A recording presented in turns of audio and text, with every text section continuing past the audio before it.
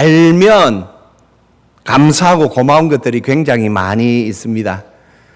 제가 얼마 전에 어느 사람들이 나와서 이렇게 말이죠, 이야기하는 장면이 있는 영상을 본 적이 있는데, 아마 저 아프리카 탄자니아인가 거기에서 오신 분과 우리나라 이 대학생하고 이렇게 이야기를 하는 대목이 나왔습니다. 그분이 우리나라에 와가지고 아마 유학생으로 오셔서 공부를 하고 있는 것 같습니다. 그분이 이런 이야기를 하더라고요. 한국 사람들은 굉장히 고마운 줄 알고 감사한 줄 알아야 한다. 그래, 이게 무슨 말인가 했더니, 왜 우리 흑인들이 영어를 잘하는 줄 아느냐. 예. 저도 그걸 듣는데 굉장히 궁금했습니다. 왜냐하면 외국에서 오는, 우리나라에 오는 그 외국분들, 특히 흑인들이 그리 영어를 잘하거든요. 왜 영어를 잘하느냐? 영어를 잘하지 않으면 학문을 공부할 수가 없기 때문에, 대부분의 학문이 다 영어로 되어 있기 때문에 자기들이 자기 나라 발전을 위하여 아니면 뭐 자기 개인의 그 말이죠, 출세를 위하여 공부를 하려고 하면 영어를 못하면 할 수가 없다라는 거죠. 그래서 영어를 열심히 해야만 하지 자기 나라 언어만 가지고는 학문을 어떻게 할 수가 없다라는 것이지요. 그러면서 우리나라 학생에게 이렇게 말합니다. 대한민국은 한글로 모든 학문을 공부할 수 있는 나라가 아니냐. 그러니 당신네들은 감사해야 한다. 제가 그 말을 듣는데, 그렇구나. 우리는 우리나라에 살면서 우리가 가진 이 언어, 한글 사용하는 거, 물론 뭐 요즘 보면 말이죠, 사람들이 많은 영상들을, 그런 영상 올립니다. 한글이 뭐 대단하죠. 성도님들, 세계의 언어 가운데 말이죠, 누가 이 언어를 만들었다 해가지고 시작된 나라 그리 없습니다. 우리나라는 명확하지 않습니까? 세종대왕께서 만들고 또 어떻게 그것이 한글이 어떻게 시작됐는가, 이 모든 것들이 다 이렇게 설명될 수 있는데, 그렇게 보자면 우리 한글이 위대하지요. 그런데 우리는 그 한글을 사용하면서도 그렇게 고마운지 감사한지, 이것이 얼마나 좋은지 잘 모르는데, 요즘 외국 사람들이 좀 난리가 났어요. 야, 저 한글이라는 저 단어 굉장히 과학적이다. 우리는 그냥 뭐 지금껏 사용하고 있어서 그런지 몰랐는데 그렇더란 말이죠. 성도님들, 이렇듯이 이것뿐만 아니라 우리가 알게 되면 감사하고 고마운 것들이 이 세상에 얼마나 많은지 모릅니다. 성도님, 우리는 신앙생활 하는 사람들이기에 신앙적인 측면도 마찬가지지요. 우리는 예수님을 믿는 사람들입니다. 하나님을 믿는 사람들입니다. 하나님을 믿음에 있어서도 마찬가지지요. 하나님에 대하여서 우리가 얼마나 알고 있느냐, 하나님에 대하여서 얼마나 잘 알고 있느냐, 특히 예수님에 대하여서 얼마나 잘 알고 있느냐. 성도님들, 간혹 그런 질문을 이렇게 받으면 당혹스러울 때가 있습니다. 예수님에 대하여서 한번 저에게 말씀해 보십시오. 예수님에 대하여서, 우리 성도님들 누군가 말이죠, 예수님을 믿지 않는 사람들이 우리가 교회 다니는 걸 알고 우리가 예수님 믿는 걸 알고 누군가 옆에서 물어봅니다. 예수님에 대하여서 좀 저에게 알려주십시오. 예수는 어떤 분입니까? 라는 질문을 받았을 때에 우리 성도님들 약 몇 분 시간적으로 말이죠, 몇 분 정도 이렇게 예수님에 대해서 말씀하실 수 있겠습니까? 이건 우리가 꼭 준비해야 합니다. 어떻게 알 수 있습니까? 성경을 읽어야 알 수 있습니다. 예수님은 이런 분입니다. 예수님은 이런 분입니다. 하고 성경을 읽어야 알 수 있는 것이지요. 그것에 대하여서 오늘 사도 바울께서 우리 예수님 안에는 지혜와 지식의 모든 보화가 있다라고 이렇게 오늘 3절에서 골로새 교회 성도들에게 말씀하고 있는 것입니다. 이 말씀은 우리에게도 주시는 말씀이지요. 사랑하는 성도님들, 예수님 안에는 지혜와 지식이 있습니다. 이것을 오늘 사도 바울께서는 보하라. 그렇게 설명하고 있는 것이지요. 그런데 과연 우리가 신앙생활을 하면서 얼마만큼 이 예수님을 우리의 지혜와 지식으로 알고 이 예수님이라는 이 보화를 가지고 정말 가치 있게, 만족스럽게, 행복하게 그렇게 살고 있는지, 이건 우리가 생각해 봐야 하는 문제다라는 것입니다. 성도님들, 지식과 지혜와 지식은 조금 다른 의미가 있습니다. 지식은 말 그대로 우리가 이 정보가 지식에 해당되는 것이지요. 관찰하거나 연구하거나 그렇게 해서 얻어지는 것, 그걸 우리가 지식이라 할 수 있습니다. 이 지혜는 이 지식을 잘 활용하는 능력을 지혜라고 말할 수가 있습니다. 성도님들, 우리가 잘 아는 이 세계적인 말이죠. 과학자, 알버트 아인슈타인, 우리가 잘 알지 않습니까? 이 아인슈타인의 친구분 중에 맥스 본이라는 이 물리학자가 있었습니다. 대단한 분이고, 이분이 물리학에 기여한 말이죠. 공헌도가 굉장히 크다고 합니다. 이 맥스 본이라는 분에게 이분이 돌아가시기 얼마 전에 잡지에서 인터뷰한 내용이 이런 내용이 있다고 합니다. 우리 시대가 필요로 하는 진정한 과학자는 어떤 사람입니까? 라고 이 과학자에게 질문을 하자 이분이 이런 말을 했답니다. 지식은 조금 모자라도 지혜가 깊은 과학자들이 좀 있었으면 좋겠다. 그런 과학자가 이 시대에 필요한 과학자 아니겠느냐.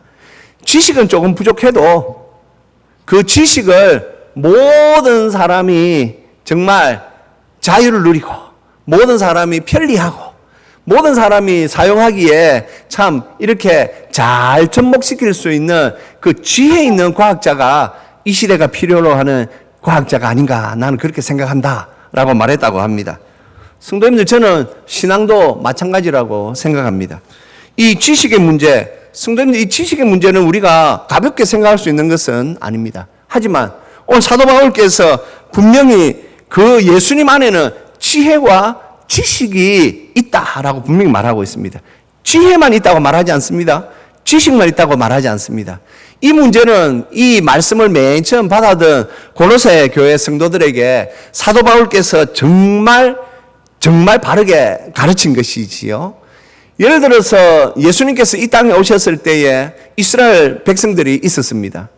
특별히 종교 지도자라고 말하는 바리새인들과 서기관들, 율법학자들이 있었는데 이들은 지식은 굉장한 분들이었습니다. 성도님들, 바리새인들 절대 우습게 보면 안 됩니다. 그 사람들의 지식은요, 우리의 상상을 초월합니다. 그래서 한때 이 세계에서 유대인 그러면 말이죠, 굉장히 똑똑하기로 정평이 나 있는 것 아닙니까? 유대인들이 세계에서 IQ가 제일 높고 노벨상을 가장 많이 받은 사람들도 유대인이고 그런 이야기들이 있었지 않습니까? 왜 그럴까요? 그들에게 있어서 이 지식은 우리의 상상을 초월할 만큼 가지고 있습니다. 특별히 이 성경에 관한 지식은 그들이 엄청나게 많이 가지고 있었습니다. 그런데 왜 예수님께서 이 땅에 오셨을 때에 그들을 그렇게 나무라 하셨습니까? 심지어는 독사의 자식들아 라고 하시며 우리 주님께서 그들을 책망하셨습니까? 그들은 지식은 가지고 있었으나 그 지식, 하나님의 말씀을 삶에 적용하는 지혜가 없었던 것이지요. 그들은 지식을 자랑하기만 하였습니다. 항상 그들은 지식을 자랑하였습니다. 그리고 그 지식을 가지지 못한 일반인들을 죄인이라고까지 몰아붙였습니다. 그래서 제가 사복음서 설교할 때 간혹 이런 말씀드리지요. 왜 성경에 이스라엘 사회에 죄인들이 그렇게 많으냐? 성도님들, 그 죄인은요, 진짜 죄인이 아니라 바리새인들이 정죄한 죄인들입니다. 너희들은 이것도 모르지. 그래도 너희들은 죄인이야. 이 하나님의 말씀을 모른다라는 것은 너희들은 죄야. 그러면서 이스라엘 백성들을 다 정죄한 것이 바로 성경에 나오는 죄인들과 라고 하는 그 무리였다라는 것입니다. 그들은 지식을 가지고 있었습니다. 하지만 그들은 지혜를 가지지 못했습니다. 그 하나님의 말씀을 삶으로 그대로 행하지 못했다라는 것이죠.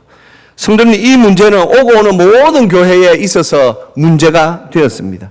2000년 교회 역사 속에서도 항상 이 문제가 교회 안에 갈등을 유발하기도 하였습니다. 교회 얼마나 좋은 곳입니까? 저도 맨 처음 예수님 믿고 난 뒤에 이 교회에 사실 속된 표현으로 미쳐버렸습니다. 야, 이렇게 좋은 곳이 있구나. 교회 와서 교회 성도님들 보는데 너무 좋아요. 야, 허물 없이 대해주는 거. 제가 간혹 이런 말씀 드립니다. 야, 내가 교회 안 다녔다면 저 고상한 분을 어떻게 알까? 내가 교회 안 다녔다면 저 고매한 인격의 저 선생님을 내가 어떻게 말도 하고 그렇게 하겠나? 사실 저의 본심이거든요. 교회 오니까 너무 좋습니다. 예수님 믿는 사람들 너무 좋습니다. 그런데 간혹 말이죠. 우리를 어렵게 하고 힘들게 하는 그런 일들이 일어납니다. 아, 교회 다닌다라는 분이 왜 저럴까? 이제 그런 의문이 나오면 서로가 힘든 것이죠. 저분은 믿음이 좋다고 신앙생활 한 연수가 오래되었다고 하는데 왜 저분은 저렇게 덕이 되지 못할까? 왜 저분이 가는 데는 항상 다툼이 있을까? 성도님들, 무엇이 이유겠습니까? 신앙이라는 지식은 가질 수 있었지만 지혜가 부족하면 그렇게 될 수도 있습니다. 성도님, 그래서 우리는 하나님 앞에서 기도하실 때에 하나님, 저에게 지혜와 지식을 더하여 주시옵소서. 하나님, 제가 지혜를 가지게 하시고 또한 그 하나님의 그 지식을 가지게 하시고 그 지식을 가지고 삶에 풀어낼 수 있는 지혜를 저에게 주시옵소서. 그렇게 될 때에 우리의 삶이 하나님께 영광될 줄로 믿습니다. 우리는 지혜자가 되어야 합니다. 네, 아인슈타인 친구분 맥스본이라는 박사님이 지식이 조금 부족하더라도 지혜가 깊은 사람이 필요하다. 예, 저도 그렇게 생각합니다. 우리 교회에는 혹 이 신앙 지식이 조금 부족할 수 있습니다. 성경 지식이 조금 부족할 수 있습니다. 하지만 우리는 이 지혜가 충만한 자가 되어서 하나님의 말씀을 우리의 삶 그대로 드러낼 수 있는 이런 은혜 있는 성도들이 되어야 할 줄로 믿습니다. 그래서 오늘 이 말씀을 듣는 저와 우리 모두가 하나님 앞에 지혜자로 세워지기를 소망하시기를 주님의 이름으로 축복합니다. 성도님들, 그러니 이 지혜와 지식이 이제 겸비한 그 성도가 오늘 6절에 보시면 사도 바울께서 이렇게 말하고 있습니다. 그러므로 너희가 그리스도 예수를 주로 받았으니 그렇습니다. 그 당시 초대교회 성도들은 그리스도이신 예수님을 주님으로 영접했습니다. 주님, 주. 성도님들, 이 퀴리오스라는 단어는 그 당시는 굉장히 조심스러운 단어였습니다. 왜냐하면 그 당시 이 말이죠, 이스라엘이 로마의 그 지배하에 있었고 대부분의 말이죠, 이스라엘 주변국들이 다 로마의 식민지하에 있었습니다. 로마가 자기들이 말이죠, 그 로마의 나라를 지키기 위하여서 펼친 것 중에 하나가 무엇입니까? 바로 황제 우상화입니다. 이건 모든 역사가 동일합니다. 일본도 우리나라 말이죠, 식민지 상권한 뒤에 한 작업이 무엇입니까? 천황을 우상화한 것이지요.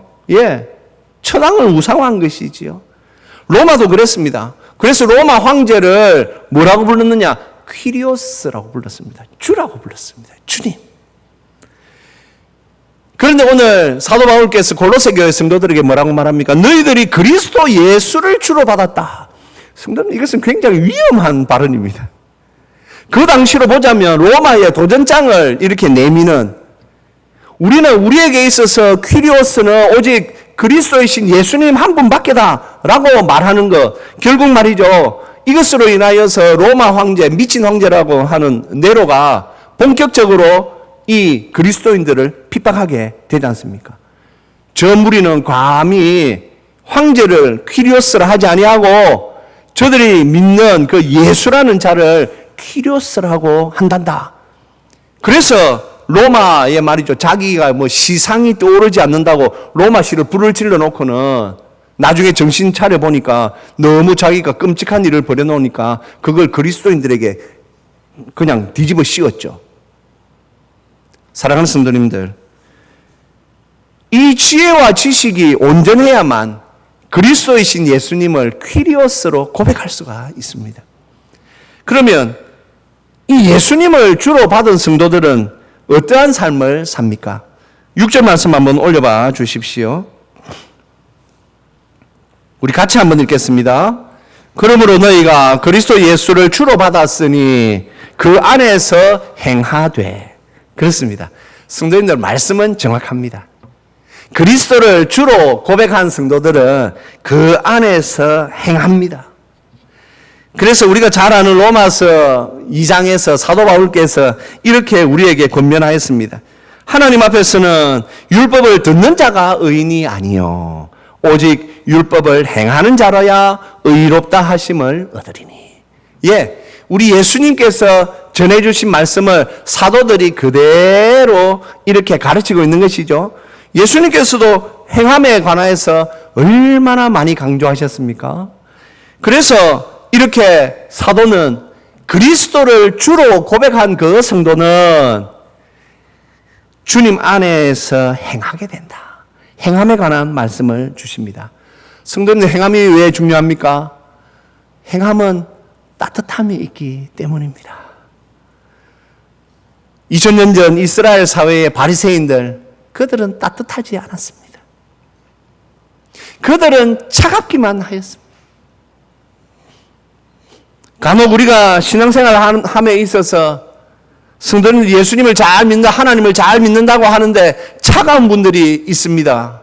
조심해야 됩니다.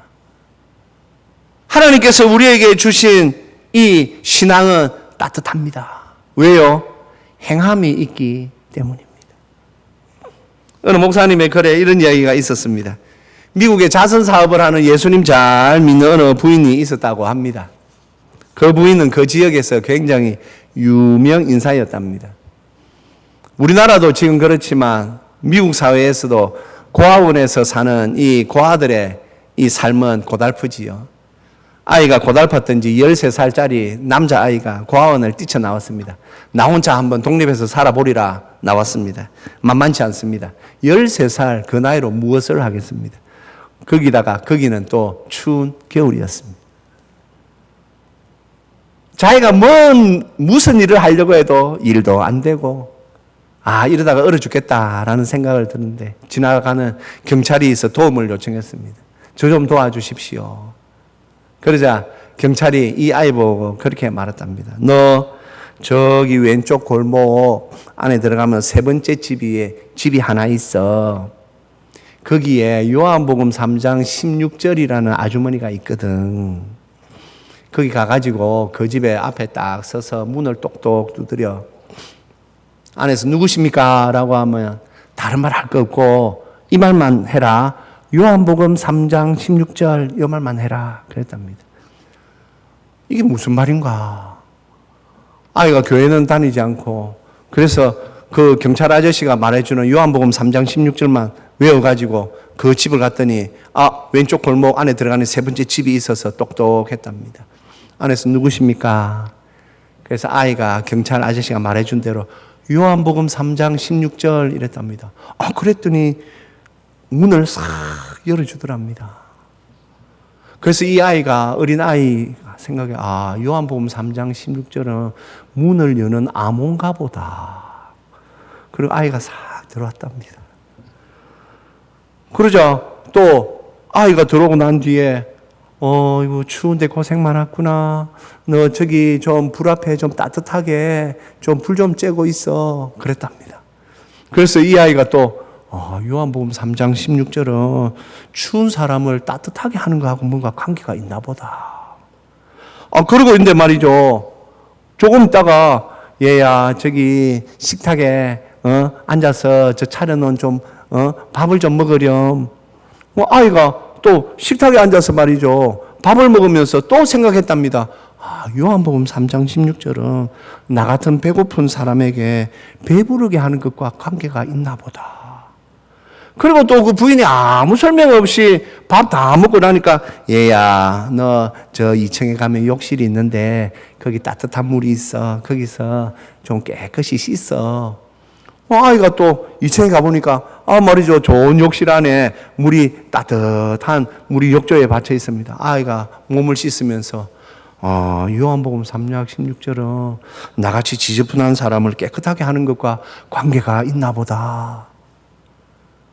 그리고 나자 아주머니가 얘야 이제 저 방 안에 들어가서 푹 잘 자렴.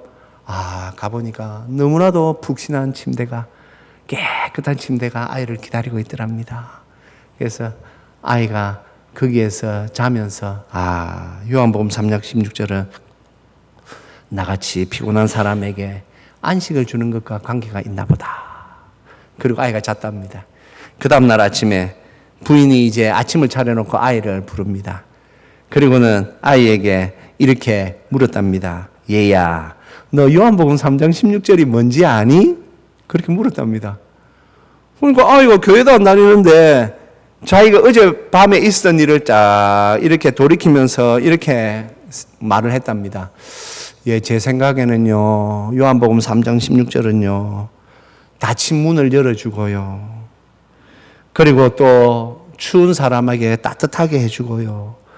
배고픈 사람에게 배부르게 해주고요. 지저분한 사람을 깨끗하게 해주고요. 피곤한 사람을 편하게 잠들게 해주는 것 같아요. 아이가 그렇게 말하니까 이 부인이 싱긋이 웃으면서 그래, 맞아. 그것 말고 한 가지가 더 있는데 하면서 요한복음 3장 16절의 의미, 죄를 범한 사람들의 죄를 용서해 주시고 하나님께서 우리를 영원한 천국에서 살 수 있는 영생을 주시는 것이 또 요한복음 3장 16절이라고 소년에게 말해 줬답니다. 사랑하는 성도님들, 이 소년에게 있어서 요한복음 3장 16절은 어떤 의미겠습니까? 이 아이는 요한복음 3장 16절 하면 아마 그 부인으로 받았던 그 좋은 환대, 그 추운 겨울에 아무도 자기를 알아주지 않는 그때에 문을 열어 집 안으로 영접하고 따뜻하게 해주고 밥을 주고 그리고 또 욕실에서 깨끗하게 씻게 해주고 좋은 침대에서 잠을 자게 해준 그 고마운 그 사랑, 이 요한복음 이 3장 16절이 그렇게 그 소년에게 다가가지 않았겠습니까?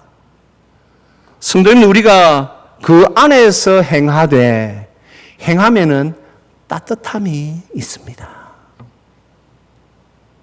그래서 우리는 이 따뜻함을 가지고 살아야 합니다. 하나님은 우리에게 말씀만 하시지 아니하시고 하나님은 언제나 우리에게 말씀하신 것을 우리에게 주시는 분이십니다. 그래서 하나님이 우리를 이 세상을 이처럼 사랑하사 독생자를 주셨으니 하나님은 행하시는 분이십니다. 하나님은 우리에게 말씀만 하시고 너희들이 알아서 잘 믿으라가 아니라 하나님은 항상 우리에게 말씀하신 그대로 은혜를 내려주시는 분이십니다. 그래서 우리의 신앙의 특징은 예수님을 믿으면 그 예수님처럼 사는 것이 우리가 가진 신앙의 특징이기도 합니다. 그래서 우리의 삶의 고민은 항상 이 행함에 있어야 할 줄로 믿습니다. 그리고 오늘 사도 바울께서 정말 그 골로새 교회 성도들에게 해주고 싶은 말씀을 7절에서 이렇게 전하고 있습니다. 우리 7절 말씀 우리 같이 한번 읽겠습니다.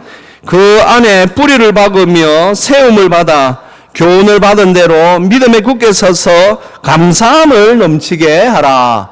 아멘. 성도님들, 뿌리가 박으며 이 뿌리가 박힌다라는 이 말씀은 우리가 시편 1편을 기억하면 됩니다. 저는 시냇가에 심은 나무가 시절을 쫓아 과실을 맺은 것 같으니. 성도님, 이스라엘 사회에서 말이죠, 시절을 쫓아 때를 따라 과실을 맺는 나무를 만난다는 건 쉽지가 않습니다. 왜냐하면 이스라엘 사회에서 이스라엘 땅에는 시냇가가 잘 없기 때문입니다. 하지만 예수님 믿는 우리를 하나님께서 시냇가에 심은 나무로 우리를 불러주셨습니다. 그 복을 주심으로 말미암아 우리는 때를 따라 열매 맺는 그 은혜 가운데 살게 해 주셨습니다. 그것이 바로 오늘 예수님 안에서 뿌리를 박아 세움을 받는다라는 이 말씀의 의미입니다. 사랑하는 성도님들, 우리는 지금 어디에 뿌리를 박고 있습니까? 성도님들, 내 신앙의 뿌리는 지금 어디에 있습니까? 사실 우리 한국교회는 약 140여 년 우리 선교사님들이 전해준 복음으로 참 크게 성장하였지만 사실 우리 한국교회를 조금 비판하는 그런 눈길들이 외국에 많이 있습니다. 그 중에 하나가 뭐냐? 그 중에 하나가 한국교회 성도들은 믿음은 거창한데 행함이 없다. 성도는 사실 이 평가를 듣는 게 우리 한국교회입니다. 행함이 부족하다. 따뜻하지 않다. 예. 그 말이 다 옳다고는 저는 생각하지 않습니다. 왜냐하면 제가 본 교회들도 있기 때문입니다. 하지만 왜 그렇게 우리 한국 교회를 평가할까요? 왜 우리 한국에서 초기 선교 사역을 하였던 선교사님이 외국에 자기 본국에 이렇게 편지를 하면서 한국 기독교에 대하여서 샤머니즘적 기독교다. 이 한국 이 민족은 아주 독특하고 고집이 세서 자기를 꺾지 아니하고 하나님을 믿는데 샤머니즘적으로 믿는다. 그래서 그의 보고에 샤머니즘적 기독교라는 말도 되지 않는 그런 보고를 본국에 올린 기록이 있습니다. 왜 그분들은 그렇게 보았을까요?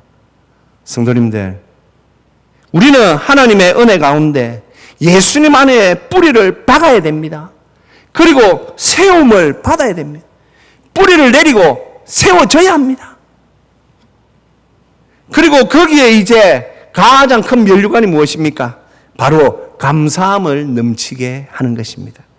사랑하는 성도님들, 오늘 우리가 감사주일을 지냅니다. 이 감사주일은 그냥 단순한 절기로 생각하는 것은 의미가 없습니다. 이 감사주일은 단순한 절기의 문제가 아닙니다. 이 감사주일은 우리 신앙의 열매와도 같은 것입니다. 그래서 오늘 사도 바울께서 고로새 교회에 지혜와 지식으로 그 안에서 우리가 그리스도 예수 안에서 예수님을 퀴리오스라고 고백하고 그 고백하는 성도가 예수님 안에서 뿌리를 받고 세움을 받아 우리의 삶에 감사함이 넘치게 하는 것, 이것이 우리 그리스도인의 삶이다라고 오늘 말씀하고 있는 것입니다. 사랑하는 성도님들, 감사하십니까?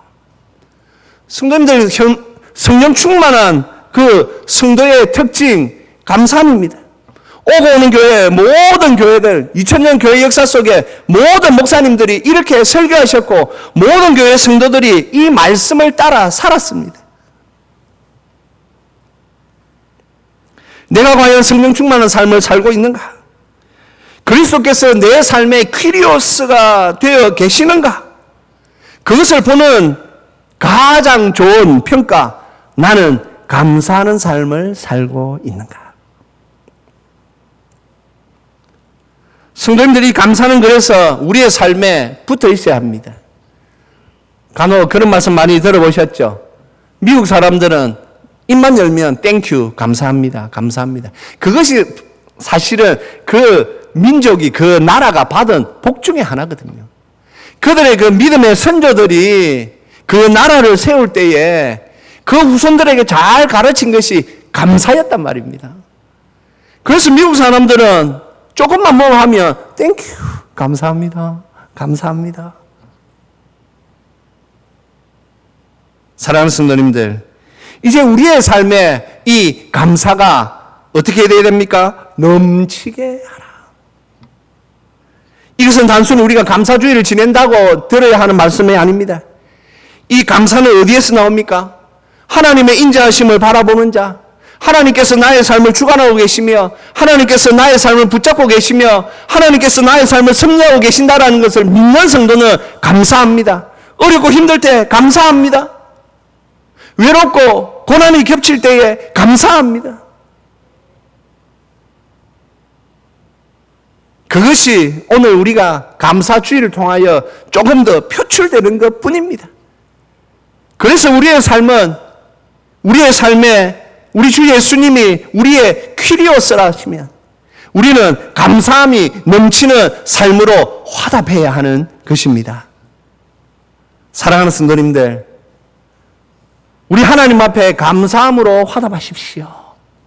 삶이 좋건 안 좋건 그거 생각하지 마시고 우리는 하나님 앞에 감사해야 하는 성도라는 것을 기억하고 우리는 살아야 합니다. 하나님 앞에 감사함으로 설 때에 하나님께서 그것을 우리의 믿음을 보시고 우리의 삶에 감사의 제목들이 더 넘치게 역사하실 줄 믿습니다. 이 은혜를 바라보시며 이 말씀을 받으시기를 주님의 이름으로 축복합니다.